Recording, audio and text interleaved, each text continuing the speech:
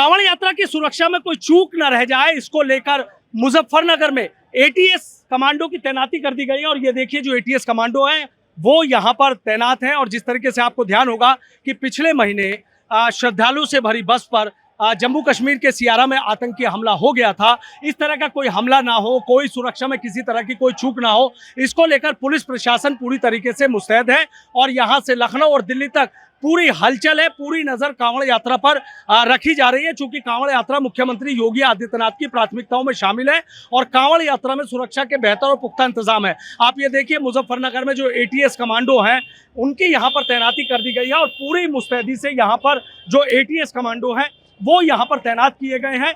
पूरी तरीके से यहाँ मुजफ्फरनगर शिव चौक पर मोर्चा संभाले हुए हैं और इसी तरीके से 24 घंटे हर हलचल पर जो एटीएस कमांडो हैं वो पूरी पैनी नजर रखेंगे। आप देखिए किस तरीके से जो एटीएस के तमाम कमांडो हैं यहाँ पूरी मुस्तैदी से डटे और जुटे हुए हैं और हर हलचल पर जो पूरी पैनी नजर है वो इनकी तरफ से यहाँ पर रखी जा रही है। एक तस्वीर और मैं आपको दिखाना चाहूंगा कि ये देखिए जो शिव भक्त कांवड़िए हैं वो हरिद्वार से गंगा जल लेकर यहाँ शिवालयों की तरफ बढ़ रहे हैं। और चूंकि जो मुजफ्फरनगर है वो मुजफ्फरनगर कांवड़ यात्रा का सबसे बड़ा सेंटर है और यहाँ से चारों तरफ जो कांवड़ यात्रा है वो अलग अलग पॉइंट्स पर हो जाती है, जो रूट है उसका वो अलग अलग हो जाता है। और इसी को लेकर आप देखिए कि यहाँ पर जो एटीएस कमांडो हैं उन एटीएस कमांडो की जो तैनाती है वो यहाँ पर की गई है। जो एटीएस कमांडो है वो यहाँ पर तैनात किए गए हैं। आप ये देखिए पूरी मुस्तैदी से यहाँ जो एटीएस कमांडो हैं वो डटे हैं, जुटे हैं। दरअसल पुलिस प्रशासन को कोई इनपुट था और जब इस तरीके का इनपुट मिलता है तो उस इनपुट के बाद ही जो एटीएस कमांडो हैं उनके यहाँ पर जो तैनाती है वो यहाँ पर की गई है। तमाम तरह की जो चर्चाएं हैं वो चल रही हैं।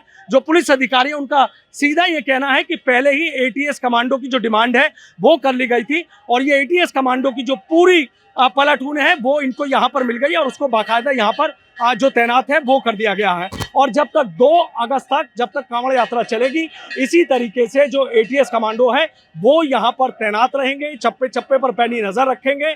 चूंकि अब एक दिन बाद ही यहाँ पर जो लाखों शिव भक्त कांवड़ियों का जो हुजूम है वो नजर आ जाएगा।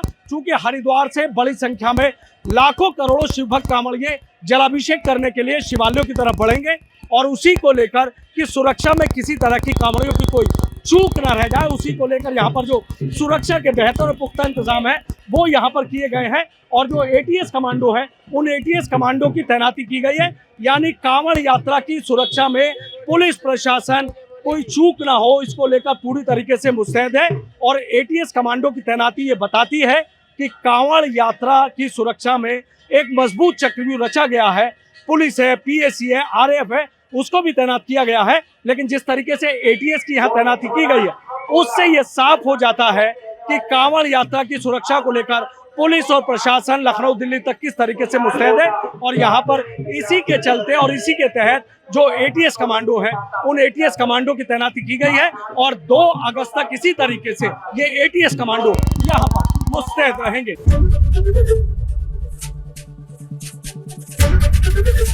एबीपी गंगा, खबर आपकी, जुबान आपकी।